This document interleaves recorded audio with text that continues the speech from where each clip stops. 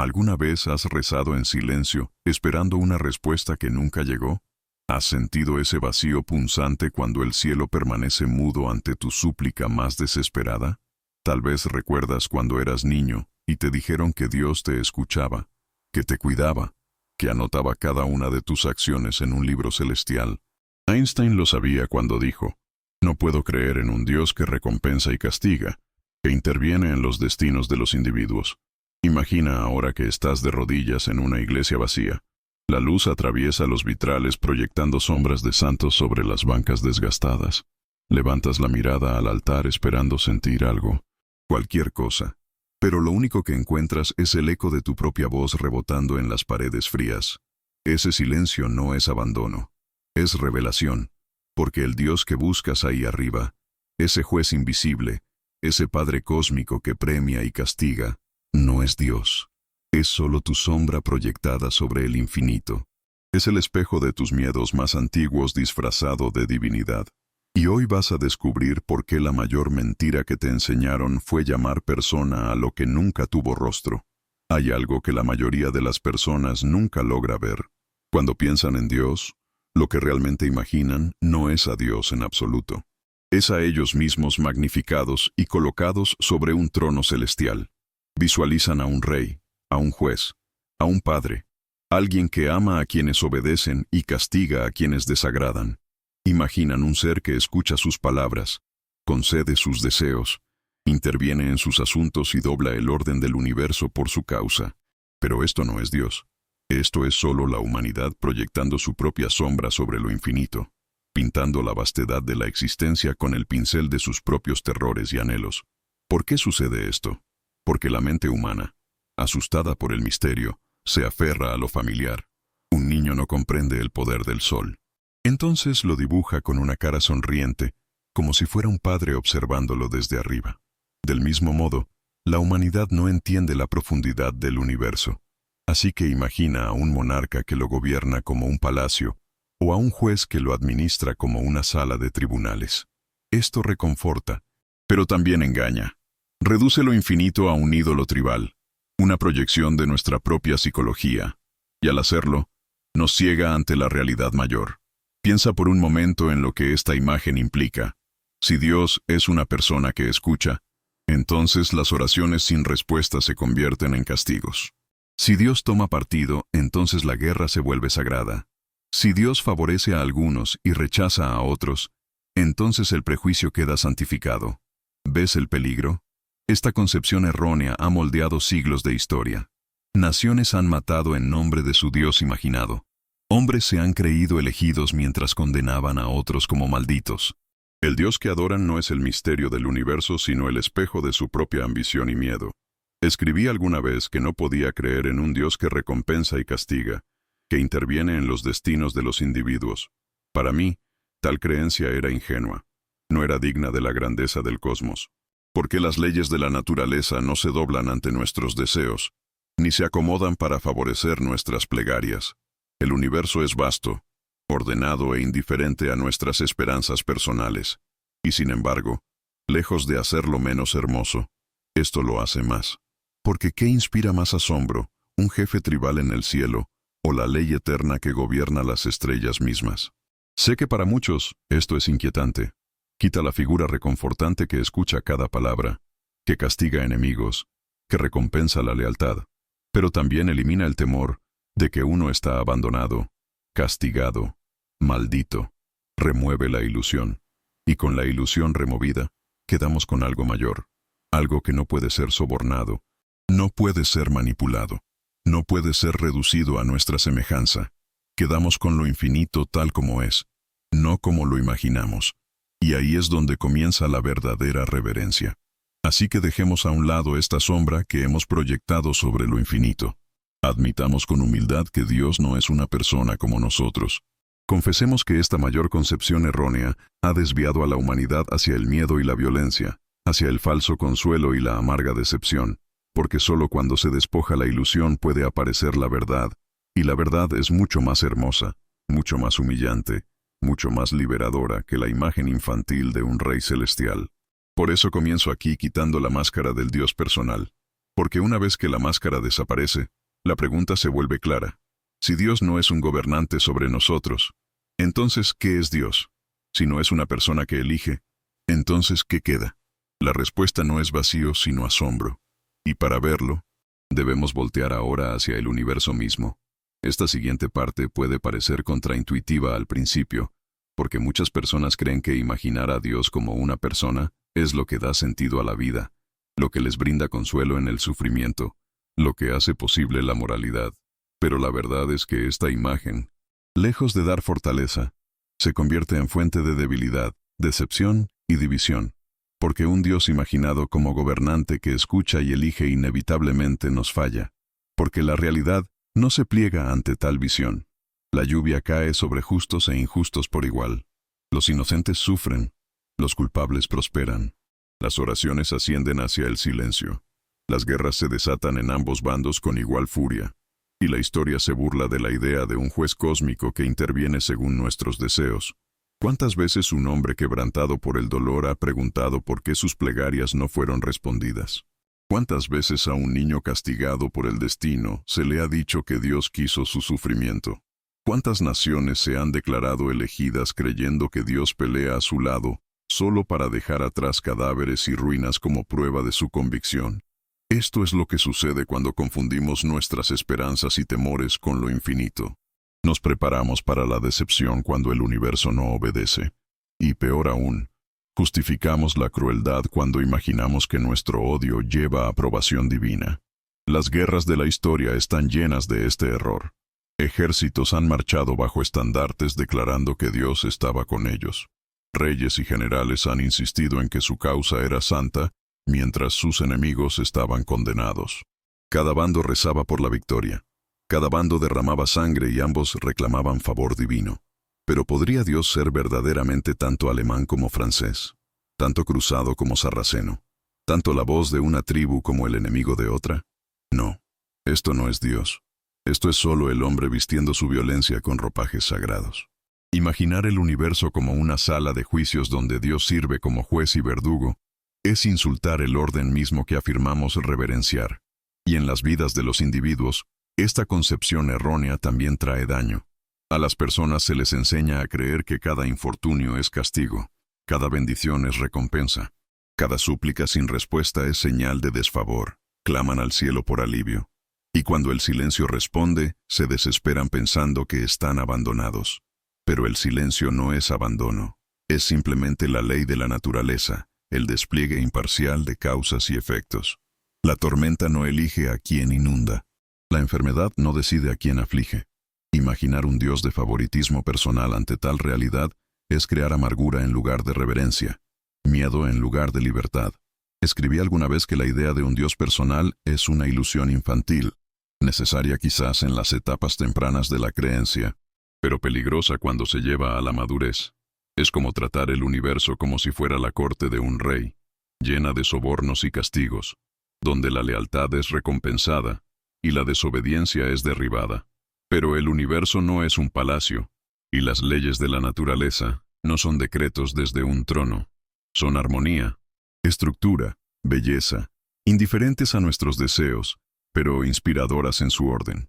Confundir esto con los caprichos de un monarca es confundir lo infinito con un jefe tribal, y al hacerlo, cegarnos ante la verdad más profunda. Entonces, ¿por qué fracasa el Dios personal? Porque no puede sostenerse contra la realidad del mundo. Engendra superstición, miedo, conflicto y decepción. Da consuelo por un momento, pero traición a largo plazo. Nos hace aferrarnos a ilusiones en lugar de abrir nuestros ojos al asombro que tenemos ante nosotros. Y al final, disminuye a Dios, encogiendo lo infinito en un reflejo de nosotros mismos.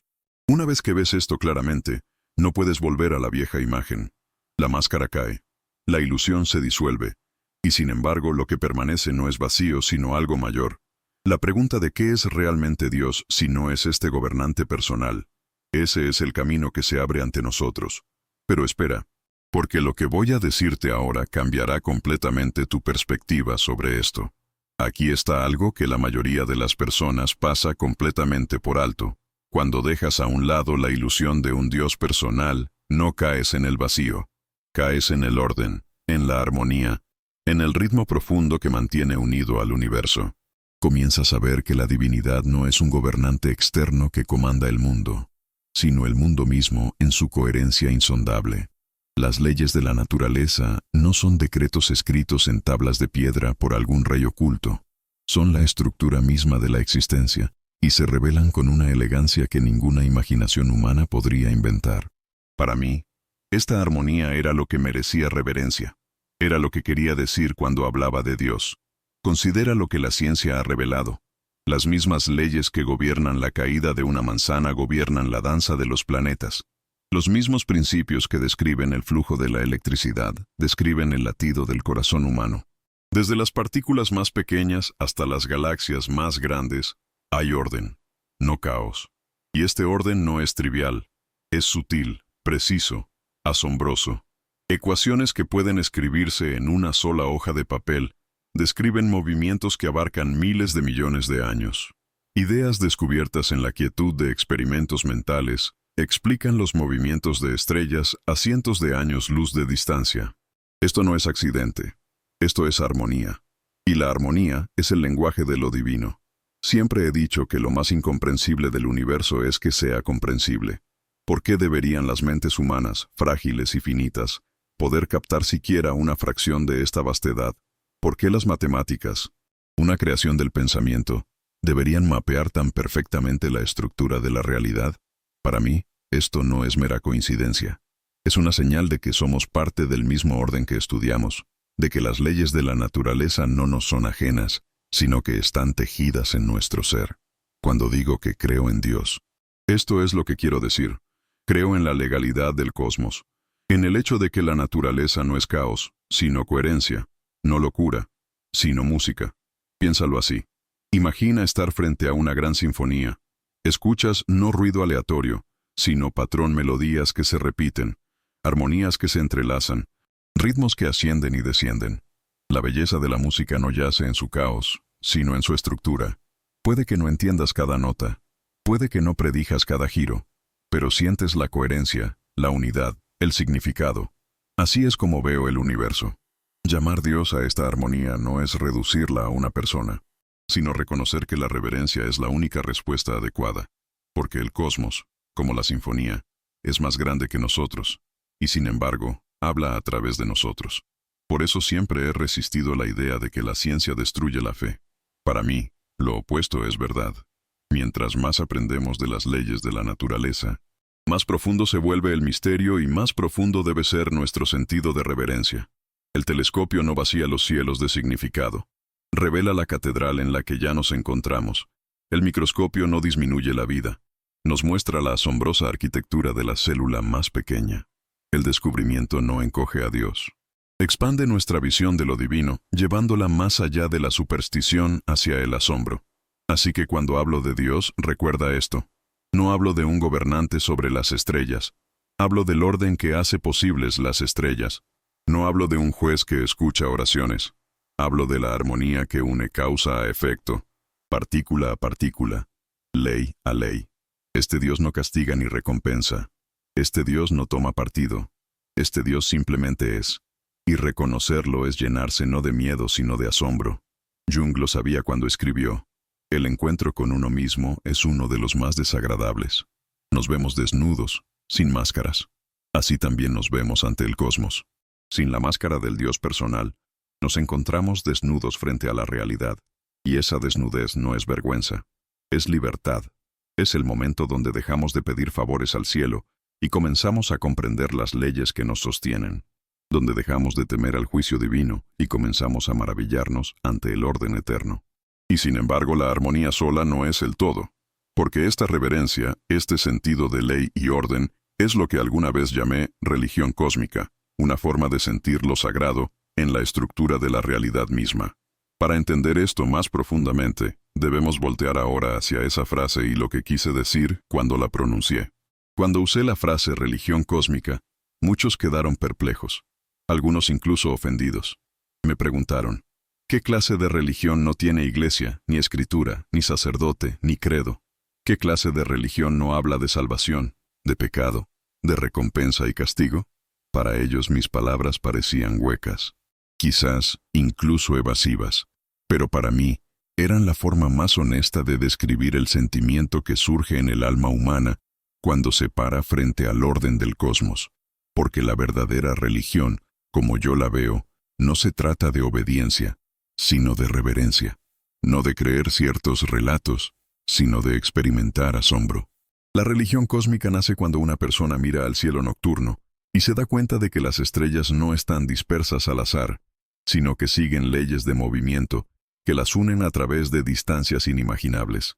Nace cuando uno mira el funcionamiento de una hoja o una célula y ve no caos, sino un diseño tan sutil, tan intrincado que humilla la mente.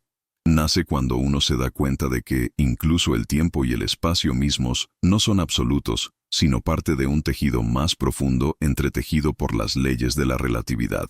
En esos momentos, el corazón siente algo que ninguna ecuación puede capturar completamente y sin embargo ningún mito puede reemplazar. Es el sentimiento de que somos pequeños pero no insignificantes, temporales pero parte de lo eterno, finitos pero vinculados a lo infinito. Ese sentimiento es lo que llamé religión cósmica. Verás, nunca creí que la religión debiera tratarse del miedo, una religión que asusta a las personas con el castigo o las seduce con la recompensa, no es digna del nombre. Tampoco creí que debiera tratarse de obediencia a la autoridad, de aferrarse a palabras escritas por otros hace mucho tiempo como si fueran la palabra final de la verdad. Para mí, tal religión encoge el espíritu humano en lugar de expandirlo, encadena la mente en lugar de liberarla. La religión cósmica es lo opuesto. Abre el espíritu a la grandeza de la existencia, libera la mente para explorar, nos humilla sin degradarnos, y nos eleva sin engañarnos. Dije alguna vez que lo más hermoso que podemos experimentar es lo misterioso. Este es el núcleo de la religión cósmica, abrazar lo misterioso no con miedo sino con reverencia. Decir no entiendo completamente el universo y quizás nunca lo haré, pero me inclino ante su belleza y coherencia.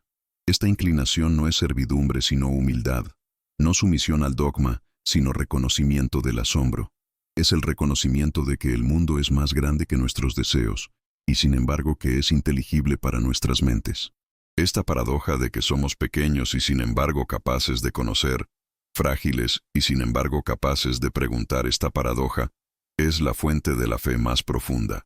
Algunos preguntarán, ¿pero qué hay de la oración? ¿Qué hay del ritual? ¿Qué hay de la comunidad de creyentes? Y responderé, la oración que pide favores no se necesita, porque las leyes de la naturaleza no se doblan ante las peticiones. Pero la oración como gratitud, la oración como reverencia, la oración como asombro silencioso, eso todavía pertenece. Los rituales pueden reconfortar, pero no son esenciales. El ritual de contemplar las estrellas o escuchar música que conmueve el alma puede servir igual de bien. Y en cuanto a la comunidad, no hay mayor hermandad que la de la humanidad misma, unida por el mismo misterio, de pie bajo el mismo cielo. En la religión cósmica, todos somos miembros, porque todos existimos dentro del mismo orden. Sé que para algunos esto sonará demasiado vago, demasiado impersonal, demasiado frío. Quieren un Dios que escuche, que elija, que actúe por ellos. Pero te digo, tal Dios es demasiado pequeño. El Dios de la religión cósmica está más allá de la personalidad, más allá del favoritismo, más allá del miedo. Este Dios no se sienta en un trono, sino que canta en las leyes de la física, brilla en la estructura de la materia, susurra en el silencio del espacio profundo. Sentir a este Dios no es sentirse observado o juzgado, es sentirse asombrado y humillado. Y en ese asombro, en esa humildad, nace la verdadera religión. Por eso lo llamé religión cósmica. No está atada al dogma sino al misterio. No está limitada por la autoridad sino por el asombro. No se trata de controlar la vida sino de reverenciarla. Y mientras más revela la ciencia, más profundo se vuelve este sentimiento. Porque la ciencia no despoja al mundo del asombro, lo multiplica. Cada descubrimiento, en lugar de cerrar el libro del misterio, abre una nueva página, un nuevo capítulo, un nuevo horizonte. Así que dejemos atrás los viejos debates de creyente e incrédulo, de teísmo y ateísmo. Son argumentos sobre sombras pintadas en ventanas.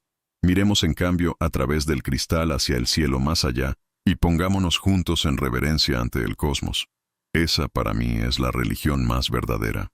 Y todavía en este video voy a revelarte la conexión oculta entre el orden del cosmos y la responsabilidad humana que casi nadie logra ver. Aquí hay algo que la mayoría de las personas nunca se da cuenta. Cuando dejas ir la idea de un Dios personal, cuando ya no imaginas a un gobernante que escucha y castiga, a un juez que recompensa y condena, no pierdes significado, ganas libertad. Porque el Dios personal ata a los hombres con miedo. Les dice que cada infortunio es un castigo, cada oración sin respuesta es un rechazo, cada error es una marca en su contra en un libro de cuentas cósmico. Bajo tal Dios, la vida se vive en ansiedad constante. ¿Soy favorecido? ¿Estoy maldito? ¿Estoy perdonado? Pero una vez que ves que esta imagen es solo una proyección, una vez que entiendes que el universo no se dobla para recompensar o castigar, te liberas de esta carga de superstición. Te das cuenta de que la responsabilidad por tus acciones no yace en algún trono distante, sino aquí en tu propia conciencia, en tus propias elecciones. Esta comprensión no es fácil porque el miedo es un hábito fuerte. Durante miles de años la humanidad se ha aferrado a la idea del castigo divino como una forma de controlar el comportamiento, de asustar a la gente hacia la obediencia, de mantener a las sociedades en línea. Pero el miedo es un mal maestro. Un niño que obedece solo porque teme la vara no aprende bondad, aprende solo sumisión. La verdadera moralidad surge no del miedo, sino de la compasión, de la razón, del reconocimiento de que nuestras acciones se propagan hacia las vidas de otros. Cuando ya no imaginamos que un gobernante invisible maneja esas ondas por nosotros, debemos asumir la responsabilidad nosotros mismos. Eso es libertad, y eso es dignidad. Siempre he dicho que el hombre que actúa correctamente, solo por miedo al castigo, no es moral sino cobarde. La verdadera moralidad requiere coraje. El coraje de hacer lo correcto, incluso cuando nadie está mirando, incluso cuando nadie te recompensará, incluso cuando nadie te castigará si fallas. Vivir con esta comprensión es vivir como un ser humano libre, no como un sirviente temblando ante un amo invisible. Y esto, creo, es la forma más verdadera y elevada de vida. Es la forma que crece de comprender la armonía del cosmos, en lugar de aferrarse a las ilusiones de la superstición. Piénsalo así. Cuando un niño crece, debe un día dejar a un lado la creencia en monstruos bajo la cama. Mientras crea, sus noches están gobernadas por el miedo, su sueño perturbado, su imaginación esclavizada. Pero el día que aprende que no hay monstruos, no pierde nada real, gana paz, gana la libertad de dormir sin miedo, de caminar en la oscuridad sin temblar. Así es con el Dios personal. Superar esa imagen no es perder lo sagrado, sino ganar libertad del miedo innecesario, vivir en reverencia sin cadenas, actuar con conciencia sin amenazas. ¿Y qué significa esto para la humanidad en su conjunto? Significa que ya no podemos traspasar nuestra responsabilidad a los cielos. Ya no podemos excusar la crueldad diciendo que Dios lo quiere, ni explicar la injusticia diciendo que Dios lo permite, ni evitar nuestro deber hacia los demás diciendo que Dios lo arreglará. La comprensión nos libera de estas evasiones. Coloca la responsabilidad exactamente donde pertenece con nosotros. Debemos construir la paz nosotros mismos. Debemos sanar la injusticia nosotros mismos. Debemos actuar con compasión nosotros mismos, porque el universo no lo hará por nosotros, ni doblará sus leyes para rescatarnos de las consecuencias de nuestra propia ignorancia. Este entonces es el verdadero regalo de la comprensión. No hace la vida más fácil, pero hace la vida más real. Quita el falso consuelo de creer que alguien más está manejando el mundo por nosotros, pero nos da la verdadera dignidad de saber que nuestras elecciones importan. Despoja el miedo, pero en su lugar, da libertad. Y la libertad, aunque pesada con responsabilidad, es la forma más alta de existencia humana. Así que abracemos esta libertad. Vivamos no como sirvientes temblorosos de un Dios personal, sino como seres responsables dentro de la armonía del cosmos. Porque cuando actuamos con conciencia, cuando vivimos con compasión, cuando enfrentamos nuestras elecciones honestamente, ya no somos niños temerosos de monstruos en la oscuridad. Somos adultos que conocen la verdad, que cargan el peso, y que caminan erguidos en la luz de la comprensión. Schopenhauer lo expresó así: el hombre puede hacer lo que quiere, pero no puede querer lo que quiere. Esta paradoja nos recuerda que somos libres y sin embargo estamos sujetos a leyes más profundas. La libertad no es la ausencia de ley, sino la comprensión de ella. Cuando comprendemos las leyes que nos gobiernan, las leyes de la naturaleza, las leyes de la causa y el efecto, las leyes de la consecuencia, ya no somos sus víctimas. Somos sus participantes conscientes. Y en esa participación consciente yace la verdadera libertad. Y sin embargo, esta libertad plantea una pregunta más profunda. Si la moralidad no es ordenada por un Dios personal, entonces, ¿de dónde viene? ¿Cómo fundamentamos la ética si no es en mandamientos, recompensas y castigos? Este es el siguiente paso en nuestro viaje y es hacia esta pregunta ética sin mandamientos, hacia donde debemos voltear ahora. Aquí hay algo que puede parecer inquietante al principio. La moralidad no necesita descansar en mandamientos. Durante siglos, las personas han creído que sin un Dios que ordene, castigue y recompense, no puede haber moralidad, que los hombres descenderían al caos sin autoridad divina vigilándolos. Pero esta es una creencia falsa nacida del miedo. En verdad, la moralidad no comienza con mandamientos, ni con amenazas, ni con promesas de recompensa. Comienza con el corazón, con la capacidad de compasión, con el reconocimiento de que otro ser humano sufre como yo, espera como yo, ama como yo. Ese reconocimiento es más antiguo que cualquier escritura, más profundo que cualquier credo, y más fuerte que cualquier castigo. Es el fundamento de toda ética, y no requiere ningún trono en el cielo para hacerlo cumplir. Piensa en cómo una madre cuida a su hijo. No necesita un mandamiento grabado en piedra que le diga que ame, que alimente, que consuele. Lo hace porque el amor la mueve, porque el llanto del niño despierta en ella una respuesta más profunda que la ley. Piensa en amigos que se ayudan mutuamente, vecinos que comparten pan, extraños que se arriesgan para rescatar a otros en peligro.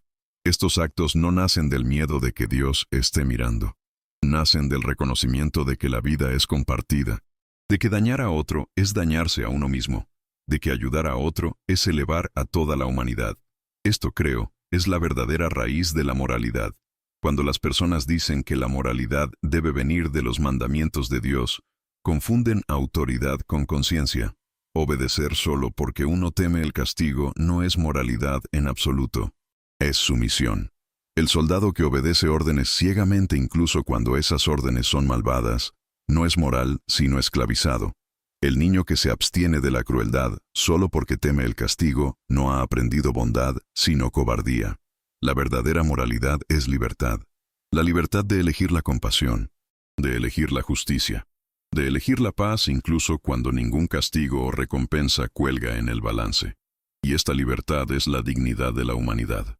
En uno de mis ensayos, escribí que el fundamento de la moralidad no debería ser el mito, sino la razón, no el miedo, sino la compasión.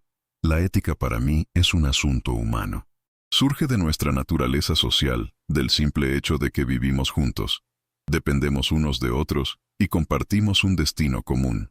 El mandamiento "no matarás" no es sagrado porque fue pronunciado en una montaña. Es sagrado porque la vida misma es sagrada, porque destruir a otro es destruir parte del todo al que perteneces. El mandamiento "no robarás" no es sagrado porque fue escrito en tablas. Es sagrado porque robar a otro su dignidad es disminuir la dignidad de todos. Estas verdades no necesitan aplicación divina. Brillan con su propia luz tan evidentes como la ley de la gravedad. Sé que esto es aterrador para algunos. Temen que sin un juez divino, las personas desecharán la moralidad por completo. Pero mira la historia. ¿No se han cometido las peores atrocidades a menudo en nombre de Dios? ¿No han marchado ejércitos a la masacre con mandamientos en sus labios? El miedo al castigo divino no ha prevenido la crueldad. A menudo la ha excusado. Pero la compasión, la razón, la conciencia, estas cuando están verdaderamente despiertas, han detenido la crueldad mucho más poderosamente que el miedo. Porque el miedo se desvanece cuando la amenaza está distante, pero la compasión no se desvanece porque está escrita en nuestro propio ser. Así que digo, la ética sin mandamientos no es la destrucción de la moralidad, sino su liberación. Nos libera del miedo infantil y coloca la responsabilidad donde pertenece en nosotros. Nos recuerda que la elección es nuestra, que nadie descenderá de los cielos para excusarnos o condenarnos, que la dignidad de la vida depende de nuestras decisiones. Y esto, lejos de debilitar la moralidad, la fortalece. Porque un hombre que actúa correctamente sin miedo al castigo es verdaderamente moral, mientras que el hombre que actúa solo por miedo es solo obediente. Esto es lo que significa vivir en la armonía del cosmos. Reconocer que el orden de la naturaleza no se doblará ante nuestros deseos, que ningún Dios personal intervendrá para hacer cumplir nuestra ética y que nosotros mismos debemos elegir. Esa elección es el peso de la libertad y también es su gloria. Nietzsche entendió esto cuando escribió: Dios ha muerto y nosotros lo hemos matado. No estaba celebrando, sino advirtiendo. Estaba diciendo que al matar la ilusión del Dios personal, la humanidad debe ahora asumir la responsabilidad que antes delegaba al cielo. Debe crear sus propios valores. Debe fundar su propia moralidad. Debe caminar erguida sin el bastón de la autoridad divina. Esto requiere coraje. Esto requiere madurez. Pero esta es la única forma de vivir con autenticidad, con verdadera libertad. Y sin embargo, la ética sola no es suficiente, porque vivimos en una era donde el conocimiento crece más rápido que la sabiduría, donde la ciencia nos da poderes nunca soñados, pero no nos dice cómo usarlos. La armonía del cosmos se nos revela en ecuaciones, en experimentos, en descubrimientos. Pero si usamos este conocimiento sin conciencia, traicionamos el orden mismo que reverenciamos. La ciencia puede revelarnos las leyes de la fisión atómica, pero no nos dice si debemos construir bombas o plantas de energía. Puede mostrarnos cómo manipular genes, pero no nos dice qué vida merece ser creada o alterada. Puede darnos máquinas que piensan, pero no nos dice cómo preservar lo que nos hace humanos en un mundo de inteligencia artificial. Aquí yace el peligro más grande de nuestro tiempo. Hemos aprendido a partir el átomo, pero no hemos aprendido a unirnos como especie. Hemos conquistado enfermedades, pero no hemos conquistado el odio. Hemos enviado máquinas a otros planetas, pero no hemos logrado paz en este. El conocimiento sin sabiduría es un niño jugando con fuego en una casa de paja. Las llamas llegarán y consumirán más de lo que podemos imaginar. Vi mi propia ecuación, la más bella revelación de mi vida, transformarse en símbolo de aniquilación. Vi la elegancia de energía y masa convertirse en arma de terror que vaporizó ciudades enteras. Y aprendí la lección más amarga, que cada científico, cada pensador, cada estudiante que toca los misterios de la naturaleza debe llevar esta responsabilidad como una carga sagrada, porque no vivimos aislados. Los descubrimientos de una generación se convierten en las armas o las bendiciones de la siguiente. El conocimiento descubierto en curiosidad puede volverse las cadenas del miedo si se entrega a quienes buscan poder sin conciencia. Por eso insisto, la ciencia debe estar guiada no por el poder, sino por la reverencia. Cada avance debe ser medido no solo por lo que podemos hacer, sino por lo que debemos hacer. La pregunta no es solo ¿es posible?, sino ¿es sabio?, ¿es justo?, honra la armonía que buscamos comprender. Y justo cuando crees que ya lo entendiste todo, te das cuenta de que hay una última capa, la más profunda de todas. La capa donde la ciencia, la ética y la paz se encuentran en un solo punto, donde la reverencia se convierte en acción, donde el conocimiento del cosmos nos obliga a vivir de manera diferente, porque comprender la armonía del universo y luego vivir en violencia es la mayor traición de todas.